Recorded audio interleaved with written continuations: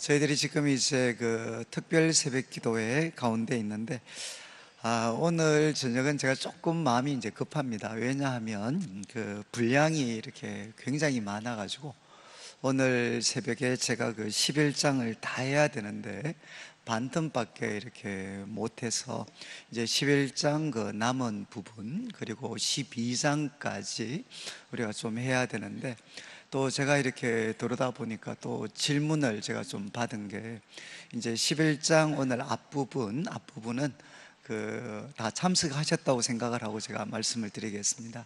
이제 우리가 예배 때 우리 여인들이 이렇게 수건을 써야 되는가 말아야 되는가, 이제 이 문제에 대해서 그 사도 바울에게 질문을 했습니다. 질문. 그때 이제 사도 바울께서 창세기 2장 그리고 또 3장에 나와 있는 이 창조 기사를 이렇게 중심에 염두에 두시고 결국 이렇게 말씀을 하셨습니다. 이제 여자의 머리는 바로 남자다. 그리고 또 남자의 머리는 이제 또 그리스도시고 그리스도의 머리는 이제 하나님이시다. 이렇게 예수님께서 말씀을 하셨습니다. 그 사도 바울께서 말씀을 하셨습니다. 그러니까 여자의 머리는 바로 남자이기 때문에 바로 그 표시로 이제 여자분들은 이제 머리에 수건을 쓰는 것이 정당하다. 그리고 또 남자는 여자의 머리이기 때문에 그 머리에 수건을 쓰는 것은 이제 옳지 못하다. 이렇게 이제 교훈을 했습니다. 그리고 또 사도 바울께서는 이 남편과 남자와 여자와의 관계를 조금 더 이렇게 또 제대로 우리 이해를 돕기 위해서 이제 그렇다면 이거는 남성 우월을 이야기하는 것이냐, 그렇지 않다는 겁니다. 이제 성경에서는 여자도 남자에게서 낳지만 남자도 여자에게서 낳다. 그리고 이제 이야기를 합니다. 이제 하나님의 그 형상과 영광이 남자인 것처럼 이제 남자의 영광은 누구냐? 바로 이제 여자들이다, 여자들. 그러니까 이제 하나님께서 그분의 영광인 남자들을 위해서 이렇게 십자가를 지시고 사랑하셨던 것처럼 이제 남자들도 그 영광인 바로 여자, 이제 아내를 위해서 정말 이렇게 사랑하고 헌신하는 것. 그러니까 참 이렇게 남편은 아내를, 머리로서 남편은 아내를 예수님처럼 참 사랑을 하고, 그래서 아내를 그의 영광으로 만드는 일에 헌신을 하고, 그 다음에 이제 여자분들은 참 남편이 이제 머리인 것을 인정하고 이제 그에게 참 순종을 해야 된다. 그래서 그 표시로 이제 머리에 수건을 이렇게 두는 것이 여자들은 정당하다. 이렇게 사도 바울께서 교훈을 하셨습니다. 그런데 이제 저는 오늘 이렇게 제가 이렇게 설명을 드리고 나면 오늘 밤에는 다 수건 쓰고 오실 줄 알았어요, 여자분들은. 그런데 아무도 안 쓰고 줬어요, 아무도. 그래서 이제 지금 그 질문하신 게, 아니 분명히 성경에서는 바로 여자분들이 이 머리에 수건을 쓰는 것이 창조 질서에 비춰 봤을 때도 바른 거다, 그렇게 했는데 왜 지금 이제 우리 특별히 우리 개신교는 이렇게, 또 우리 장로교는 머리에 수건을 쓰지 않는가, 여자분들이. 그런데 이제 아시는 것처럼 우리 천주교는 이제 여자분들이 이렇게 베일이죠. 그거를 이렇게 가리게 되고, 그리고 이제 더 이렇게 좀 우리를 혼란스럽게 하는 것은 요즘 이제 이단 중에 사실은 어떤 사람들은 신천지보다도 더 파괴적인 그 이단은 오히려 하나님의 교회다라고 많이 이야기를 합니다. 그래서 이 하나님의 교회가 사실은 그 과거에는 이제 안상홍 이단이라고 이제 했는데, 그분이 이제 그가 이제 죽고 나서는 이제 지금 이제 하나님의 교회라고 해서 이제 뭐 정말 그 세력들을 넓혀가고 있는데, 이 하나님의 교회가 참 이렇게 기존의 교회를 비판할 때 사용하는 도구 중에 하나가 바로 그들은 여자들이 머리에 이제 이 수건을 쓰게 됩니다.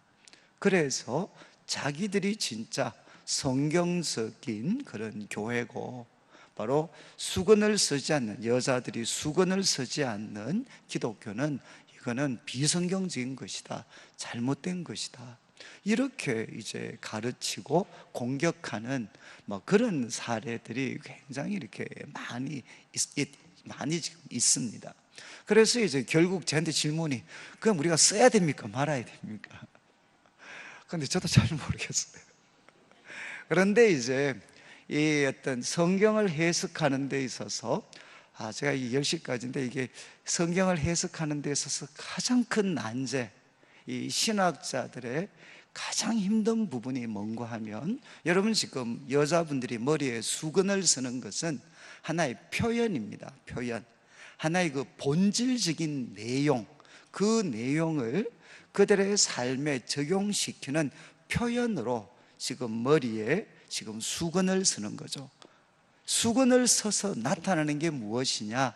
바로 여인들이 남자 아래에 있다라는 것을 이제 보여주는, 그리고 다르게 말씀을 드리면 하나님께서 창조 때 여인에게 정해주신 그 여성됨을 기꺼이 받아들이는 것, 이제 이것이 그 내용의 핵심이죠. 핵심.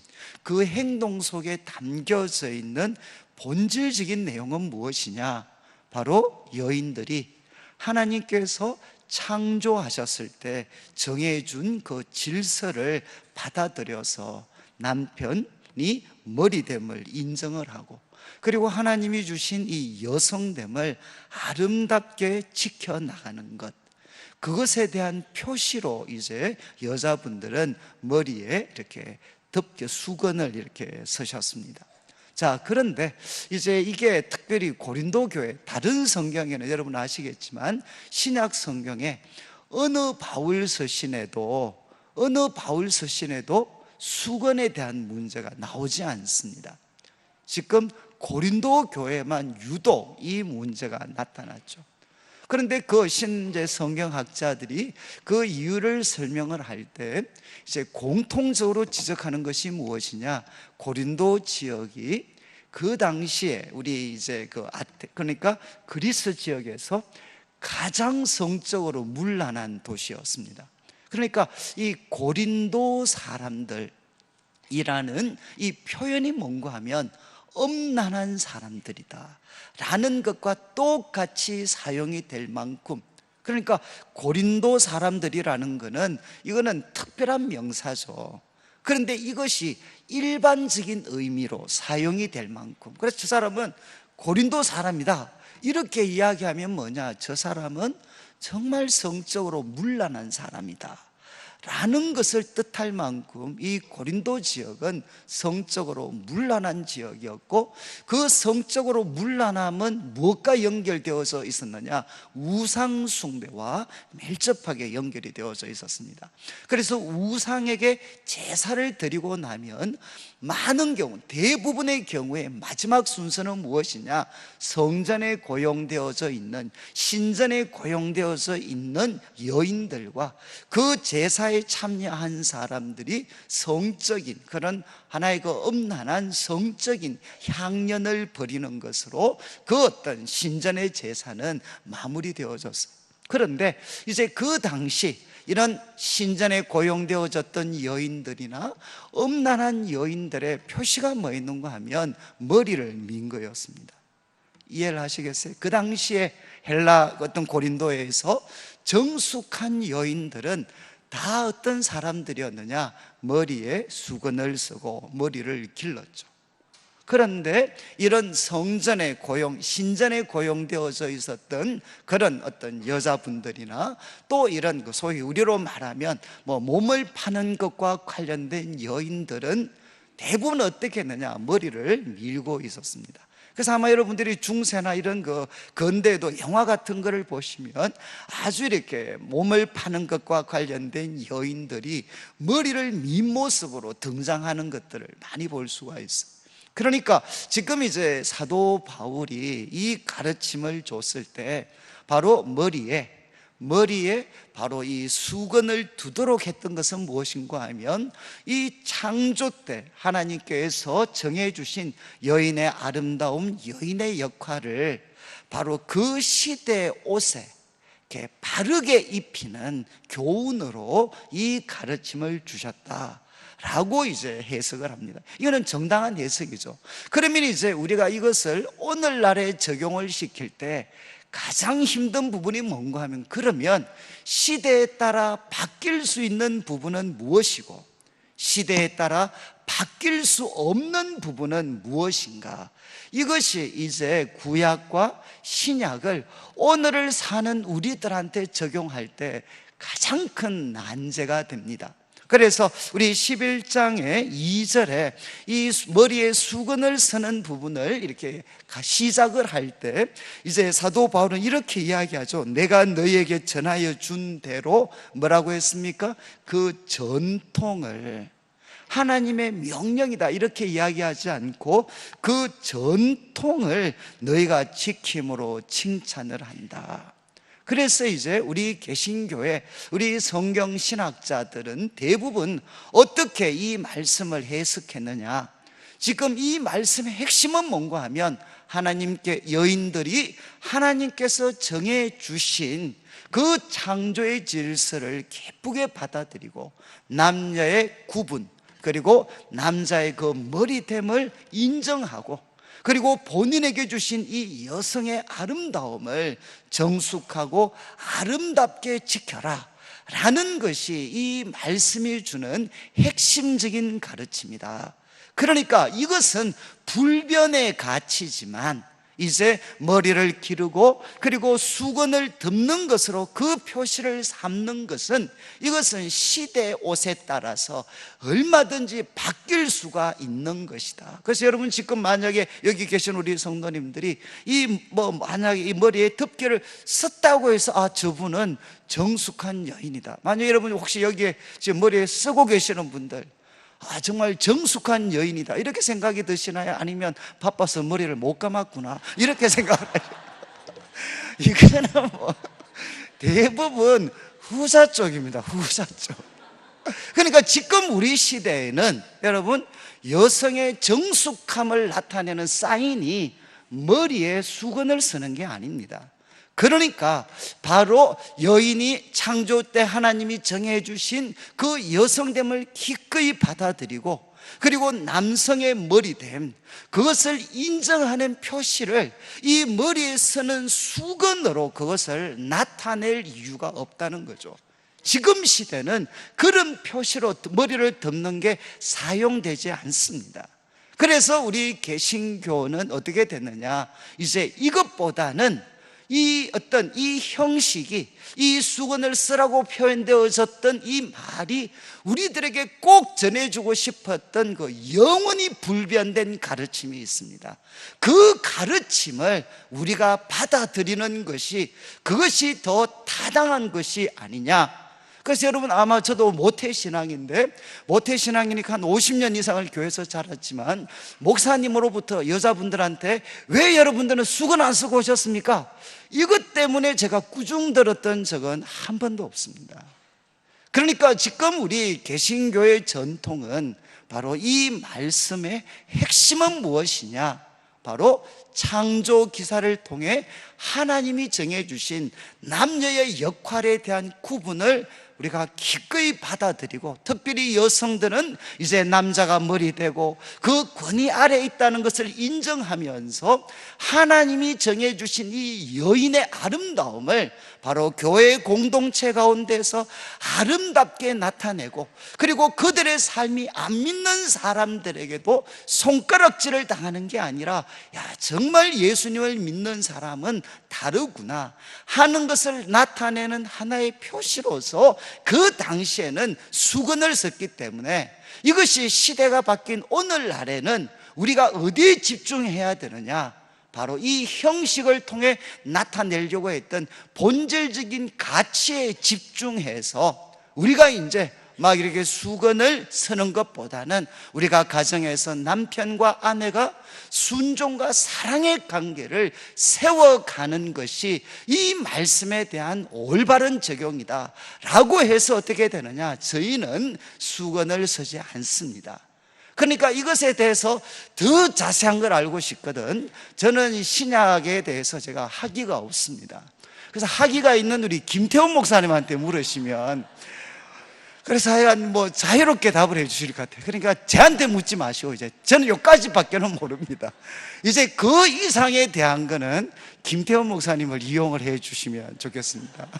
그리고 이제 제가 이게 17절부터 시작을 해서 34절까지는 이 성만찬을 하면 항상 인용하는 그 말씀인데, 이 말씀을 통해 한번 17절을 보십시오. 내가 명하는 이 일에 너희를 칭찬하지 못한다. 너희의 모임, 그러니까 예배를 위해서 모였던 그 모임이 유익이 못되고 도리어 해로움이라. 그 모임이 예배를 드리기 위해서 모였는데 그 모임이 성도들에게 유익이 되지를 못하고 오히려 해로움이 되는 일들이 일어났다는 겁니다. 그리고 18절에 설명을 합니다. 너희가 교회에 모일 때 너희 중에 분쟁이 있다 함을 듣고 어느 정도 믿거니와. 그런데 분쟁이 하나 주는 긍정적인 역할은 너희 중에 파당이 있어야 너희 중에 옳다 인정함을 받은 자들이 나타나게 되리라.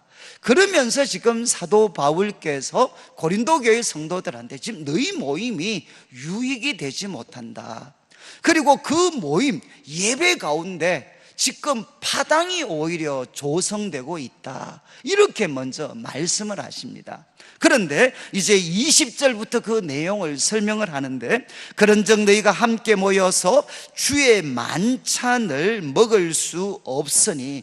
여러분, 초대교회 우리 성도들이 가정이나 아니면 이렇게 큰 모임으로 모일 때 거기에는 가장 중요한 게 두 가지였습니다. 하나는 뭔가 하면 말씀과 관계되는 시간이었습니다. 그렇지만 또 하나는 무엇이냐? 바로 주의 만찬에 참여하는 거였습니다. 그래서 그들은 주님의 살과 피를 기념하는, 오늘날로 하면 성찬이죠, 주의 만찬을 그들이 함께 나누게 됩니다. 그런데 이제 어떤 문제가 생겼느냐? 여러분, 지금도 그렇지만 우리도 예치 모임을 하면 이렇게 되죠. 어떤 분은 좀 빨리 마치시는 분은, 특별히 남자분 같으면 좀 일찍 오십니다. 그런데 어떤 분들은 아주 늦게 퇴근하시는 분들이 계셔요. 그러면 이제 이미 한 1시간 정도 늦게 이렇게 들어오시게 되죠. 그러면 어떻게 될까요? 사람들이 그만 기다리다가 어떻게 되느냐? 그 앞에 놓여진 음식을 다 먹어버립니다. 다 먹어버려요. 그런데 먹어버릴 때 이런 모습이 생기는 거죠. 이제 먹을 때 어떻게 되느냐? 좀 죄송한 말씀인데, 자기 편에 있는 사람들을 먼저 챙겨주는 거죠. 먼저. 이해하시겠습니까? 자기와 가깝고, 여기에 이제 파당이라고 이야기하죠. 자기와 어떤 그 뜻을 같이 하는 그런 그룹들, 그 그룹들만 먼저 이렇게 챙겨주는 겁니다. 챙겨주는 것. 그리고 이제 그 밥을, 그 어떤 식사를 다 끝내버려요. 그런데 나중에 참 이렇게 육체적으로 고된 일을 하시거나 그래서 늦게 오실 수밖에 없는 사람이 왔는데, 오니까 막상 어떻습니까? 식사는 다 끝나버렸습니다. 그러니까 어떻게 됐느냐? 이미 먼저 또 자기끼리 파당을 나누어서 식사하신 분들 중에는 너무 포도주를 많이 드셔가지고 취하신 분들까지도 계셨어요. 그런데 이제 한쪽은 어떻습니까? 아무런 배려를 받지 못하고 고된 몸을 이끌고 왔는데 정말 먹을 것, 마실 것 하나 남아있지 않는 일이 생기게 됐습니다. 그러니까 어떻게 됐죠? 거기 오신 분들한테 이거는 유익이 되는 모임이 되지 못하고 하나의 해로움이 되는 모임이 되고, 그리고 거기에 뭐가 나타났느냐? 이제 끼리끼리 파당이 나타나게 된 거죠. 지금 사도 바울은 이것을 설명하면서 이제 21절에 이렇게 설명을 했습니다. 이는 먹을 때 각각 자기의 만찬을 먼저 갖다 먹으므로 어떤 사람은 시장하고 어떤 사람은 취함이라. 제가 지금 설명을 드렸습니다. 그리고 22절에 이제 책망을 하시죠. 너희가 먹고 마실 집이 없느냐? 너희가 하나님의 교회를 업신여기고, 특별히 누굽니까? 하나님의 교회 가운데에서 빈궁한 자들을 부끄럽게 하느냐? 아마 이들은 가난하고 노예 신분이었기 때문에 밤늦게 모든 일을 다 정리하고 늦게밖에 올 수 없는 사람이었습니다. 그런데 막상 와보니까 먹을 게 하나도 남아있지 않고, 이미 뭔가 좀 신분이 괜찮고 시간이 되신 분들은 많이 먹어서 어떤 사람들은 막 취해가지고 이렇게 막 있는 거죠. 이런 모습들을 볼 때 어떻게 되겠습니까? 빈궁한 자들을 이렇게 부끄럽게 하는 거죠. 이것은 칭찬할 수가 없다는 것입니다. 그래서 23절부터 이제 주의 만찬에 대해서 주님께 받은 그 교훈을 사도 바울이 전해줍니다. 그러니까 바로 앞부분의 내용은 무엇이냐? 지금 예배 가운데 마지막 순서였던 주의 만찬을 즐겨야 되는 자리에 서로에 대한 배려의 부족 때문에, 그리고 또 끼리끼리의 그 파당 때문에 어떻게 됐느냐? 그 모임이 유익이 되지 못하고 해로움이 되었습니다. 이런 일들이 발생했기 때문에 이제 23절 사도 바울이 이제 내가 너희에게 전한 것은 주께 받은 것이다. 정말 우리 예수님께서 주신 그 주님의 만찬은 어떠해야 되는가, 그리고 그 본질은 무엇이어야 되는가 하는 것을 사도 바울께서 밝히게 됩니다. 그래서 23절 후반부, 곧 주 예수께서 잡히시던 밤에 떡을 가지셨습니다. 이제 주님께, 이게 주의 만찬의 시작이죠, 시작. 그리고 이렇게 행해야 된다라고 예수님이 전해주셨어요, 우리에게. 그래서 잡히신 날 밤에 떡을 가지시고 24절에 축사하시고 떼어서 이렇게 말씀하셨습니다. 이것은 너희를 위하는 내 몸이다. 예수님께서 떡을 주시면서 이것은 너희를 위하는 내 몸이다. 이것을 행하여 나를 기념해라. 이 떡을 마시는 걸 통해서, 이 떡을 함께 먹는 걸 통해서 무엇을 해야 되느냐? 바로 십자가에서 자기 몸을 찢어주신, 우리들을 위해 자기 몸을 찢어주신 예수님을 기념해라, 이렇게 말씀하셨다는 겁니다. 그리고 또 25절에 식후에 또한 그와 같이 잔을 가지시고 말씀하셨습니다. 이 잔은 내 피로 세운 새 언약이다. 예수님의 그 피로 세운 새 언약이니까 이것을 행하여 마실 때마다 나를 기념하라, 이렇게 예수님께서 말씀을 하셨다는 겁니다.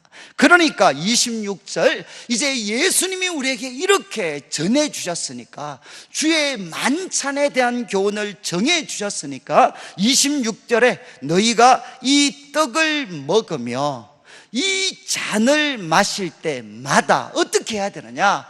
자기 사람을 챙기거나 자기의 배를 부르게 하거나, 이것이 이 떡을 먹고 이 잔을 마시는 것의 목적이 아니라는 겁니다.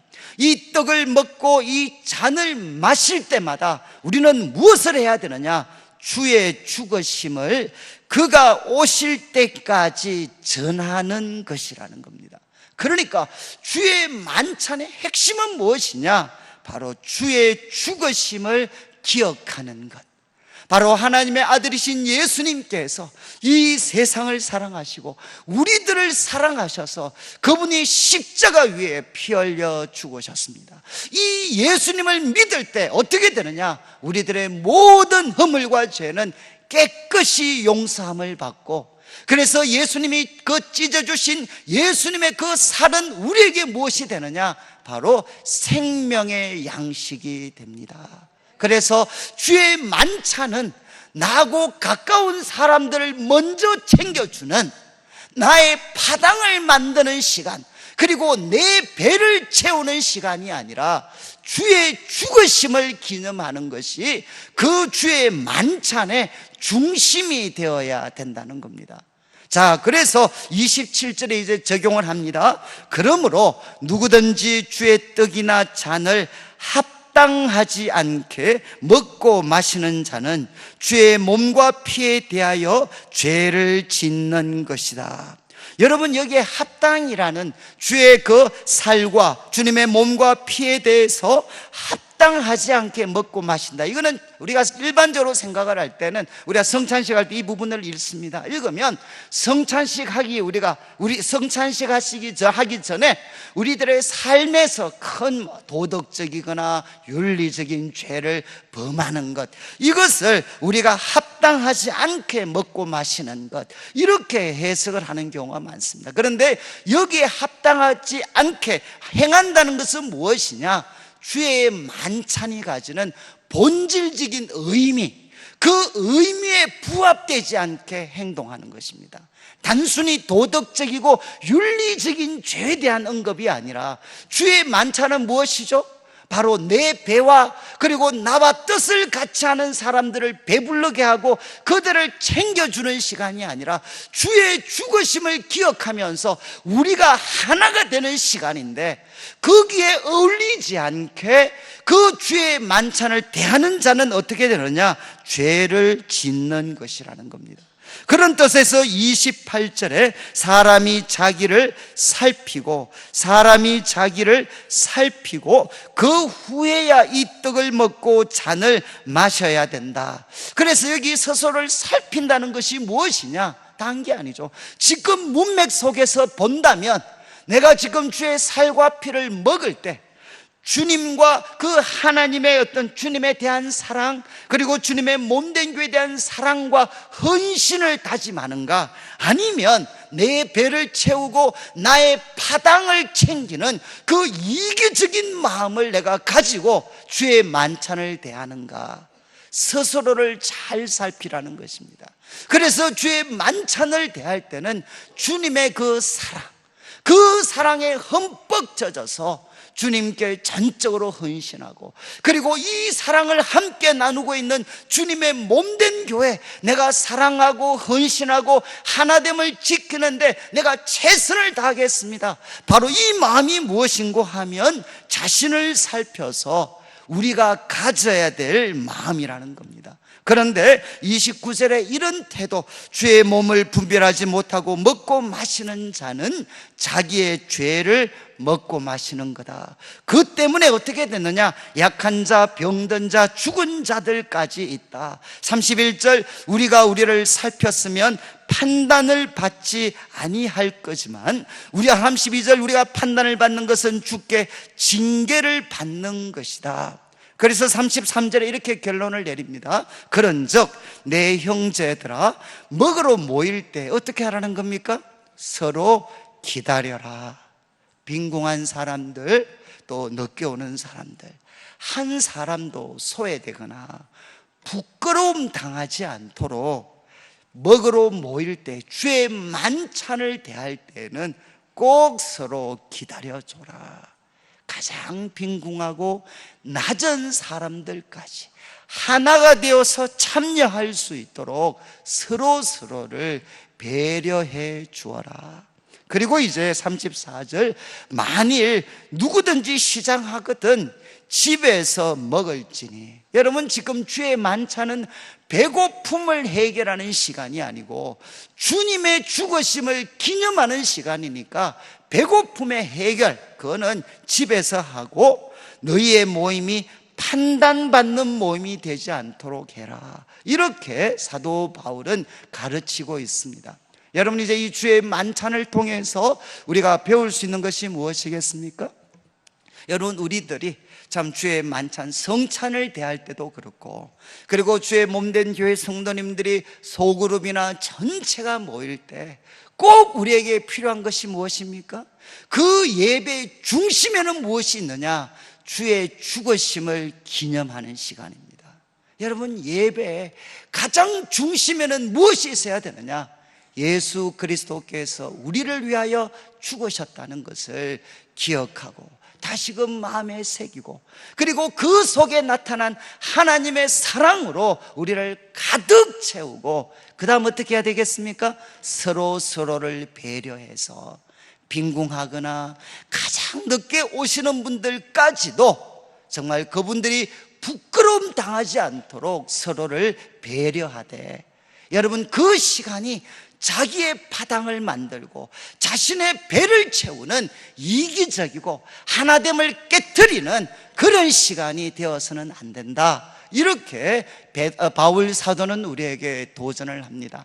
이제 우리 시간이 한 20분 남았는데, 제가 성령의 은사에 대해서 잘 아시기 때문에 제가 좀 간략하게 요점만 제가 정리를 해드리고 우리가 좀 기도하는 시간을 갖도록 하겠는데, 1절부터 3절까지는, 1절을 보십시오. 형제들아, 신령한 것에 대하여, 우리 유인물을 다 받으셨을 텐데, 신령한 것은 무엇이냐?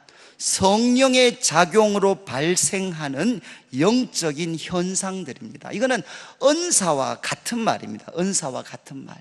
은사는 하나님이 주시는 은혜의 강조점이 있다면, 이건 은혜다라는 것의 강조점이 은사라는 표현이고, 그 은사를 신령한 것들이라고 표현할 때는 이제 성령을 통해서 발생되어지는 현상이다.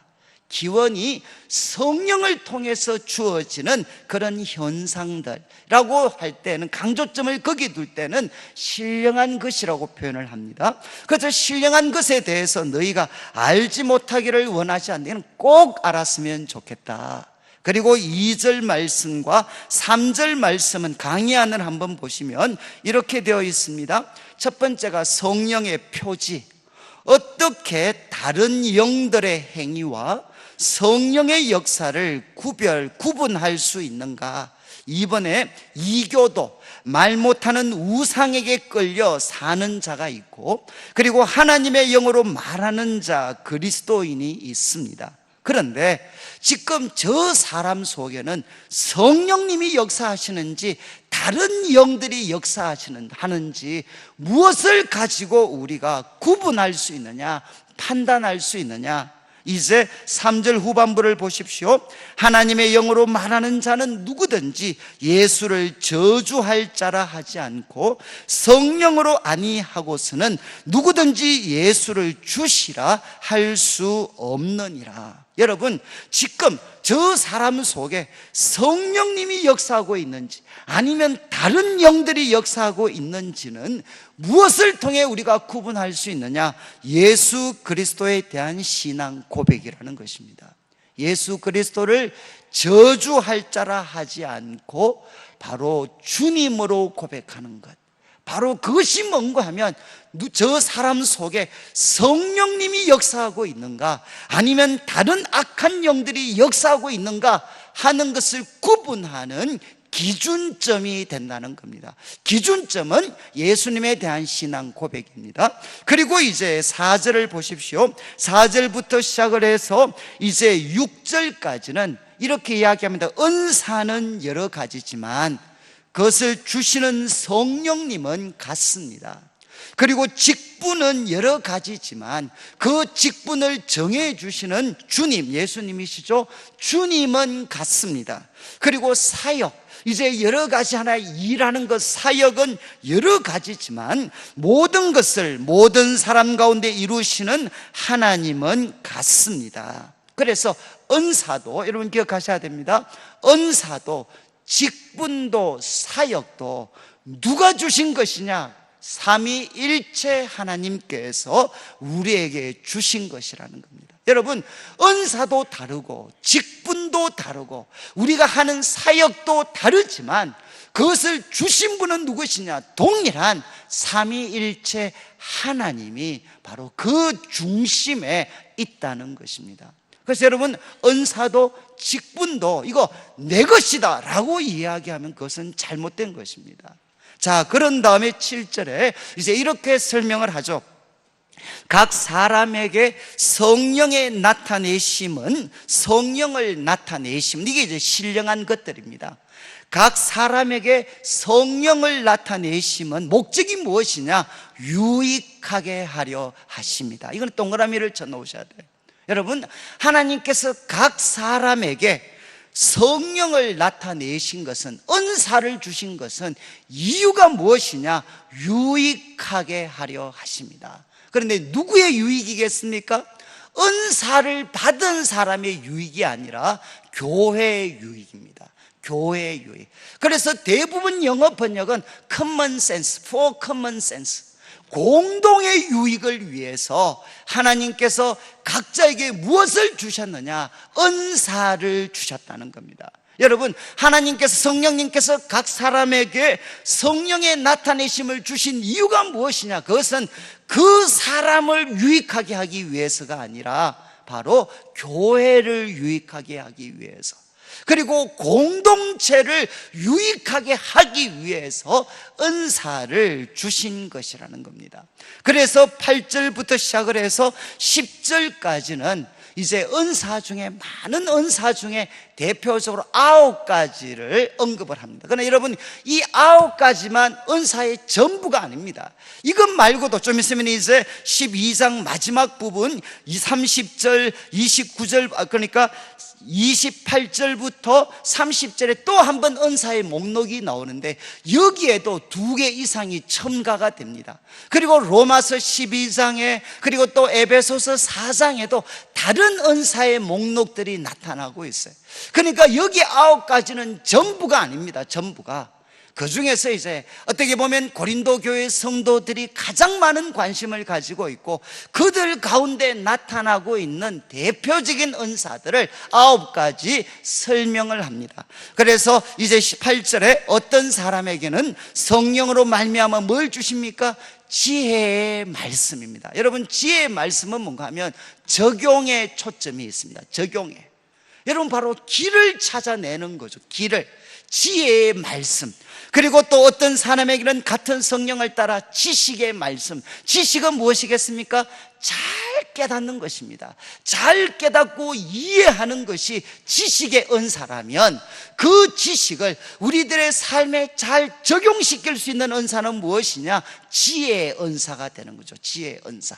그래서 같은 성령으로 말미암아 어떤 사람에게는 지혜의 말씀을 주셨다면, 같은 성령으로 어떤 사람에게는 지식의 말씀을 주셨습니다. 이 2가지는 이제 지식과 관련이 되어 있습니다. 그리고 이제 9절부터 시작을 해서 여기에는 또 어떤 은사가 소개가 되었느냐? 다른 사람에게는 같은 성령으로 무엇입니까? 믿음을 주셨다는 거. 이거는 구원받는 믿음이 아니라 우리가 그냥 예수님 표현대로 하면 산을 옮길 만한 믿음입니다.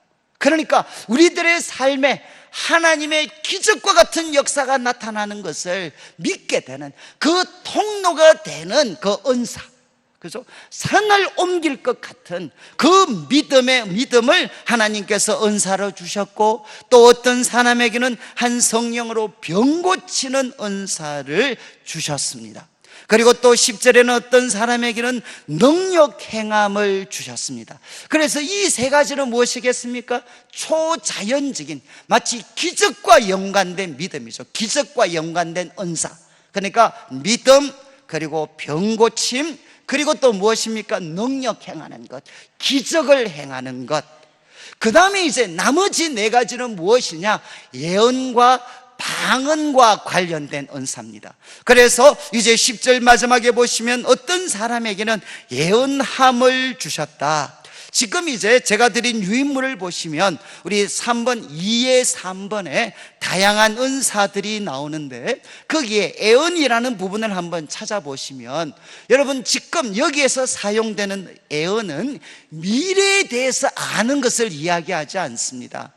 성경이 이야기하는 예언은 무엇이냐? 성령에 사로잡혀 개인과 교회를 향한 감추어진 하나님의 뜻을 알고 그것을 선포하는 게 무엇이냐? 예언입니다. 예언. 예언은 미래 일에 대해서 이야기하는 게 아니고 성령에 사로잡혀서 개인과 교회를 향한 하나님의 그 감추어진 뜻을 알고 그것을 이렇게 선포하는 것, 이것이 예언입니다. 그런데 이 예언과 함께 무엇이 있습니까? 영들 분별함이 있습니다. 여러분, 영적인 은사와 능력이 성령으로 유래된 것인지를 분별할 수 있는 은사입니다. 그래서 어떻게 보면 과거에 이제 프란시스 셰프라든가 이런 분들은 이 시대에 가장 필요한 은사가 무엇이냐라고 그분한테 물었을 때 그분은 영분별의 은사라 그랬어요. 이해하시겠죠? 지금 나타나는 수많은 사조들의 그 출발점이 어디에 있느냐? 영들을 분별할 수 있는 그 은사. 그리고 이제 무엇이 있습니까? 방언이 있습니다. 각종 방언 말함. 그래, 방언은 다양하다는 거죠. 각종 방언 말함과 방언들 통역하는 은사가 있다는 것입니다. 여러분, 이제 9가지, 이거는 그냥 기억하시면 좋겠어요. 처음에 2개는 지혜와 지식이죠. 지혜와 지식. 그리고 이제 3가지는 뭡니까? 믿음, 병고침, 능력. 그리고 이제 4가지는 예언과 방언과 관계가 됩니다. 예언, 그리고 영들 분별하는 것. 그리고 각종 방언, 그리고 방언을 통역하는 것. 바로 이것 9가지 은사에 대해서 이제 사도 바울이 설명을 하면서 계속 강조하는 게 무엇이죠? 한 성령으로 같은 성령께서. 그래서 11절에 이렇게 이제 요약을 합니다. 이 모든 일은 같은 한 성령이 행하셨다. 지금 이 다양한 은사들은 한 성령님이 행하셔서, 그 다음이 중요합니다. 그의 뜻대로 각 사람에게 나누어 주시는 것이다. 이 은사는 누가 주시는 것이냐? 성령님이 주시는 건데, 어떻게 분배하시는가 하면 그분의 뜻대로. 여러분, 우리가 구해서 주는 것이 아니라 그분의 뜻대로, 그분이 보셨을 때, 지금 만약에 우리 교회라면 우리 성령님이 보셨을 때, 저 사람에게는 저런 은사가 있는 것이 개인뿐만 아니라 바로 교회의 가장 큰 유익이 되는구나. 그래서 그분의 뜻과 지혜 가운데에서 성령님이 은사를 이렇게 배분하셨다는 것입니다. 이게 정말 중요합니다. 이 은사의 배분은 내가 구해서 주어진 것이 아니라 성령님이 그분의 뜻대로 주신 것입니다. 자, 그러면 이제 4절부터 시작을 해서 11절까지 말씀에 이제 적용은 어떻게 해야 되느냐? 여러분, 성령에 이런 은사들이 있습니다. 그러니까 우리는 어떻게 해야 되죠? 성령님께 구해야 됩니다. 성령님, 바로 성령님의 뜻 가운데 바로 저에게 가장 적합한, 제가 바로 교회와 그리고 공동체를 유익하게 할 수 있는데 가장 적합한 은사를 하나님 저에게, 성령님 저에게 바로 나누어 주십시오. 이거 우리가 구하셔야 돼요. 성령의 은사를 구하셔야 돼요. 지금 이제 저는 우리 집사람이 또 제가 집에 가서도 박살날지 모르겠는데, 우리 집사람이 참 이렇게, 제가 그 집사람과 대학교 3학년 때 교제를 했는데, 우리 집사람은 대학 와서 교회를 다녔습니다. 그래서 이 교회 조직의 쓴맛을 하나도 몰라요. 그냥 이제 교회 오면 좋죠 이렇게. 그런데 제가 이제 집사람과 연애를 하면서 이제 제일 큰 기도 제목이, 하나님 저 자매에게도 은혜를 좀 부어 주십시오. 좀 죄송하지만 좀 사람 되게 해 주십시오. 제가 열심히 기도를 했어요. 그런데 이제 어느 수련회 때 하나님께서 그 기도에 응답을 하셨는지 집사람이 세게 은혜를 받았어요. 그래가지고 이제 소위 여기 나오는 은사들이 몇 가지가 집사람한테 주어지게 됐어요. 그런데 그 은사가 주어졌는데 매일 저하고 같이 놀았는데 사람이 이상해졌어요. 그래서 이렇게 똑같이 이렇게 같이 기도를 하면 저는 막 성경을 묵상해서 고상하게 한두 마디 막 이렇게 기도하는데 집사람은 입만 벌리면 그냥 기도 쫙 나왔어요. 그리고 이제 같이 모여서 기도하면 갑자기 한 번씩은 만군의 여호와께서, 이건 좀 위험했지만 관영에게 이러는데 정신을 차려라, 이런 이야기 있잖아요. 그래서 정말 만군의 여호와께서 누구에게 이러시는데, 이러면서 이제 소위 지금은 그런 게 다 사라졌습니다. 소시적에 이제 이런 막 대언을 하기 시작을 했어요. 그런데 이게 정말 제가 그때 깨달았어요. 하나님께서 불꽃 같은 눈동자로 사람을 꿰뚫어 보시는구나 하는 게 뭔지를 제가 그때 깊이 알게 됐어요. 근데 그렇게 알고 나니까 제 마음이 어떻게 되느냐, 갑자기 저는 기도가 응답이 되어서 감사해야 되잖아요. 근데 감사가 되지 않고 제가 너무 비참한 거예요. 저는 수년 동안 말씀 붙잡고 기도하고 막 그렇게 난리를 쳤는데도 아직도 어버버버 하는데, 집사람은 잘 놀다가 한방 은혜 받았는데 이게 뭐 손만 잡으면 다 보이고 사람이 이상해졌어요. 근데 저는 그때 하나님이 주신 이 은사라는 게 얼마나 정말 귀한 것인가 하는 것을 제가 그때 정말 사람이 완전히 바뀌더라고요. 근데 또 한 가지는 무엇이냐, 제가 그래서 우리 집사람 볼 때 기도하면 정말 불꽃 같은 눈동자 다 알고 있어요. 그런데 또 그 다음 그 기도 끝나고 나면 또 똑같아. 제가 그때 또 이제 하나 깨달은 게 뭐냐, 아무리 성령이 세게 은사를 주셔도 깨어나면 똑같다. 제가 이제 성질 잠 많은 거나 똑같아. 그냥 똑같아.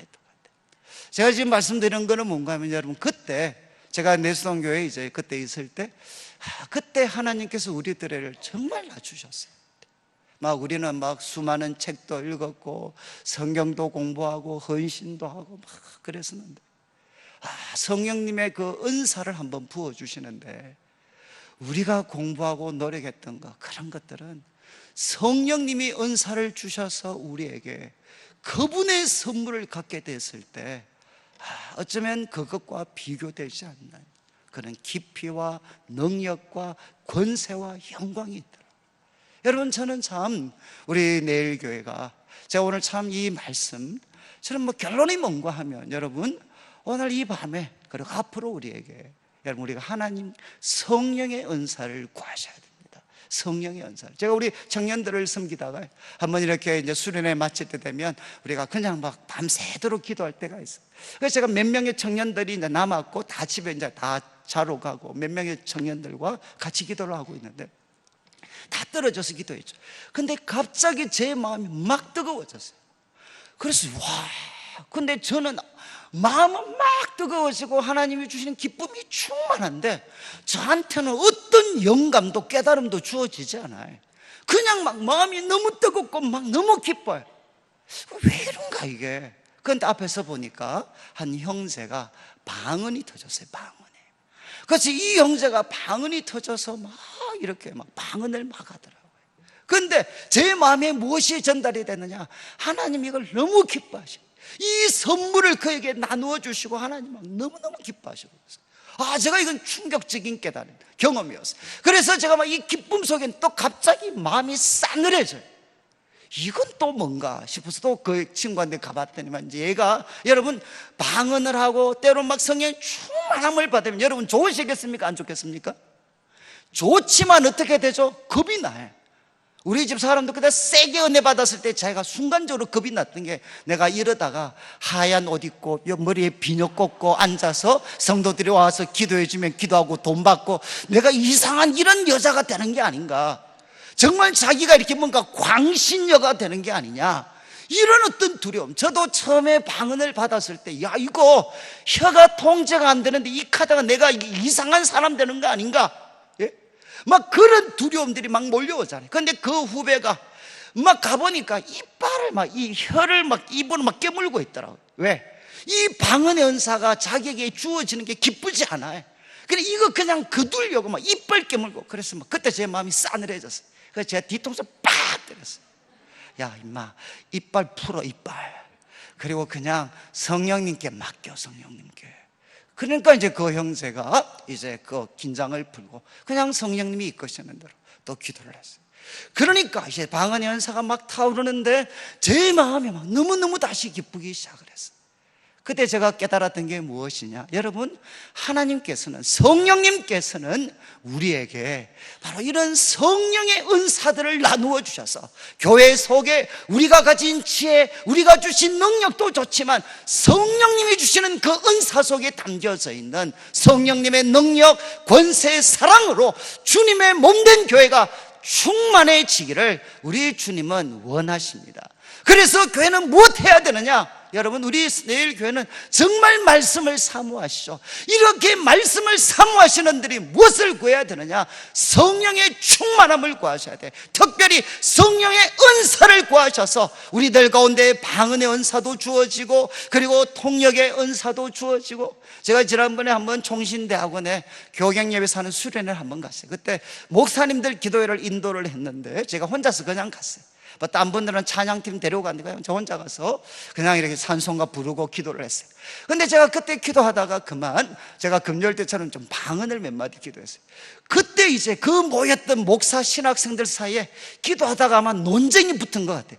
총신대학원 출신 목사 장로님들이, 목사 전도사가 모였는 이 기도 자리에 인도자가 방언으로 기도하다니, 이 막 신학적으로 막 속으로 논쟁이 붙은 것 같아요. 그래서 저한테 간접적으로 누가 질문을 해. 그래서 제가 그래 답변을 했어요. 이게 말이 안 나오는, 우리나라 말이 안 나오는 걸 어떡하냐. 뭐 이게 입으로 나도 말을 하고 싶은데 나오는 게 지금 방언이 나오니 이해를 해달라. 그리고 제가 끝을 냈어요.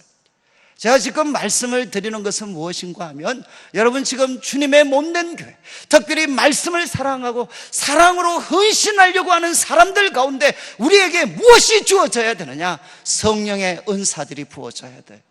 여러분, 우리에게 방언의 은사가 주어지면 어떻게 되는 줄 아십니까? 방언의 은사가 주어지는 것은 무엇이냐? 하나님이 우리를 통치하시기 시작했다. 여러분, 하나님이 원하시는 게 무엇이겠습니까? 우리가 그분에게 순종하는 것입니다. 그래서 방언은 무엇이죠? 사인이 무엇입니까? 우리들의 입을 성령님이 통제해 버리시는 겁니다. 이해하시겠어요? 정말 우리가 말하는 대로가 아니라 성령이 말하는 대로 기도하면 이것이 어떻게 보면 영적인 은사의 출발점인데, 이제는 우리 삶의 주도권, 특별히 기도에 있어서 주도권을 성령님이 가지시게 되면 어떻게 되느냐? 이제 그분의 복종, 그분의 순종의 세계 속으로 들어가기 때문에 그때부터 영적인 세계가 열리기 시작을 합니다. 여러분, 어떻게 되겠습니까? 그리고 우리들에게 너무나도 삶이 무겁고 힘이 들기 때문에 하나님 앞에 기도하고 싶지만 말로서 기도할 수 있는, 말로서 기도할 수 없는 분들이 많이 계셔요. 하나님이 그분들을 풀어주실 때 사용하는 방법이 무엇이냐? 방언의 은사를 주셔요. 그래서 그 방언의 은사를 통해서 그들의 삶을 사로잡고 있었던 이 무거운 굴레들을 성령님이 풀어주셔서 정말 그들의 영혼의 외침을 하나님께 드릴 수 있도록 도와주십니다. 그래 여러분, 이 방언의 은사와 함께 성령님이 통역도 주시고, 그리고 또 예언하게 말씀드렸죠. 하나님의 눈으로 개인과 공동체를 바라보고 깨달을 수 있는 이런 성령의 통찰력을 우리들에게 주시게 돼요. 그리고 또 어떤 분은 어떻습니까? 병 고치는 은사를 주셔요. 여러분, 분명히 제가 영적인 지도자이기 때문에 하나님께서 저의 이름으로 야고보서에 나온 것처럼 정말 예수 그리스도의 이름으로 기도하면 표적과 기사가 일어날 수 있습니다. 그렇지만 목사가 아니지만 우리 평범한 성도님들이지만 이 병 고치는 은사를 받으신 분들은 똑같이 기도해도 어떻게 되죠? 사람이 치유가 되기 시작을 해요. 그리고 여러분, 또 어떤 은사가 있습니까? 믿음의 은사가 있습니다. 그리고 또 우리들에게 무엇이 있느냐? 바로 우리들에게 기적을 행하고, 그리고 또 병 고치는 은사들이 주어지고 성령님이 주시는 지혜와 지식의 은사가 있습니다. 여러분, 아무리 박사학위를 받고 이렇게 한다고 해서 여러분 성령이 주시는 지혜와 지식을 가졌다고 이야기할 수 없어요. 저는 목회자이기 때문에 잘 알고 있습니다. 성령님이 주시는 깨달음, 성령님이 주시는 지혜의 세계가 있습니다. 교회는 어떻게 해야 되느냐? 성령의 은사로 충만해져야 돼요. 그런데 이제 제가 두 가지만 그냥 간략하게 말씀드리면, 조심해야 되는 게 첫 번째는 무엇이냐? 열등감입니다. 나는 이런 표나는 은사가 없으니까 뭐라고 생각하느냐? 나는 몸에 속하지 않았다. 나는 쓸모없는 사람이다. 이거 잘못됐습니다. 그리고 화려한 은사를 가진 사람은 교만해지기 쉽습니다. 그런데 성경은 이야기합니다. 교만한, 화려한 은사는 무엇이냐? 이런 예를 들죠. 바로 너희 몸에, 여러분 키에, 지금 왜 여기에 대부분 귀걸이를 하시죠, 여자분들? 여기가 가장 중요한가요? 저는 지금도 제가 궁금한 게 왜 여자분들이 여기에 소위 금딱지를 붙이시나? 왜 붙이시죠? 왜? 여기가 가장 중요한가요? 예를 들면 심장이 가장 중요하면 심장에 호스 꽂아가지고 금박아 넣으면 그거는 이해를 하겠는데, 왜 가장 중요한 심장과 이런 부분에 바로 그렇게 화려한 치장을 하지 않고, 여기에는 없어도 그만이잖아, 이거 좀 뗀다고 해서. 그런데 왜 여기에 붙이느냐? 바울이 이거 보면서 깨달았어요. 아, 하나님이 별로 요긴하지 못한 존재한테 이렇게 귀한 치장을 해 주시는구나. 여러분, 오해하시면 안 됩니다. 하나님께서 우리에게 저와 같이 말씀을 전하고 성령의 표나는 은사, 화려한 은사를 왜 주시느냐? 그 사람이 많은 경우 약하기 때문입니다. 그리고 여러분, 어떤 분에게는 정말 그렇게 간절히 구해도 편안한 은사를 안 주시는 분이 있어요. 저는 내수동 교회 우리 청년들을 섬기면서 제가 가장 신기했던 게 이거였어요. 정말 탁월한 애들이 있습니다. 그 탁월한 애들이 막 수련회 가기 전부터 20일씩 때로 한 달씩 금식하면서 기도하면서 많으냐? 하나님, 이번에 성령의 은사를 주십시오. 저한테 방언의 은사를 주십시오. 그런데 수련회 갔는데 3년 동안 지켜봤는데 악착같이 안 주셔요. 악착같이. 그런데 우리 좀 이렇게 형제나 자매들 중에 컴플렉스도 많고 상처도 많고, 그리고 참 여러 가지 배경도 어려운 여건을 가졌던 많은 애들에게는 마치 성령님이 폭포수 같은 은사를 막 부어주셔요. 얘들은 준비기도 하나도 안 했어요. 그런데 막 폭포수 같이 부어주셔요. 그리고 이제는 말씀, 기도를 하면 애들이 말씀을 읽으면 자기들 표현으로 스펀지가 물을 흡수하듯 샥 들어간다. 그리고 입을 열어서 기도하면 여기 또 샥 나와요. 우리는 머리 쓰고 애우고 막 이렇게 해야 되는데 이 사람은 그게 필요가 없어요. 샥 들어갔다 샥 나왔다. 그러니까 어떻게 되느냐? 이런 분들 앞에 여러분, 소위 말해서 스펙 좋은 애들이 까불 수 있겠습니까? 아무리 자기가 머리를 쓰고 최선을 다해도 깨닫는 게, 이 자매가 기도하면서 깨닫는 거 비하면 이거는 그냥 세 발의 피입니다. 세 발의 피. 제가 그때 깨달은 게 있습니다.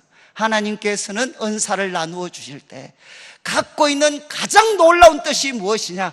한 사람도 소외당하지 않도록, 그리고 모든 사람이 공동체에서 같은 가치를 가질 수 있도록. 그래서 이미 귀중한 많은 것을 가진 사람들한테는 하나님께서 성령의 그런 놀라운 은사를 잘 주시지 않아요. 왜냐하면 그것까지 주시면 불공평하죠. 그래서 이런 분은 정말 조심하셔야 됩니다. 저분은 성령의 9가지를 다 가진 분이다. 대부분 이단입니다. 하나님의 방법이 아닙니다. 성령님께서는 모든 사람들을 골고루 나누어 주셔서 어느 누구도 소외되지 않고 어느 누구도 교만하지 않게 서로에게 같은 관심, 같은 사랑, 같은 존경으로 서로를 대할 수 있도록 하는 게 은사를 나누어 주실 때 목적인데, 한 사람한테 9가지 다 주시고 나머지 하나도 안 주시고 이런 게 어디 있어요? 여러분, 저는 오늘 말씀을 마무리하면서 여러분, 우리 교회가, 저는 다시 한번 이번에 이 특별 새벽 기도를 통해 하나님, 우리에게 성령의 은사를 부어주십시오. 그리고 하나님, 이 성령의 은사를 부어주실 때 한 사람도 우리 교회 가운데 열등감에 시달리는 사람 없도록, 여러분, 그분들이 정말 어떤 중요하지 않은 것 같지만 가장 요긴한 순간들이 옵니다. 그리고 또 하나 무엇이죠? 하나님이 많이 화려한 은사를 주셔도 어느 누구도 교만해져서 다른 사람 보고 너희는 쓸데없어 이런 말 하는 사람 없도록.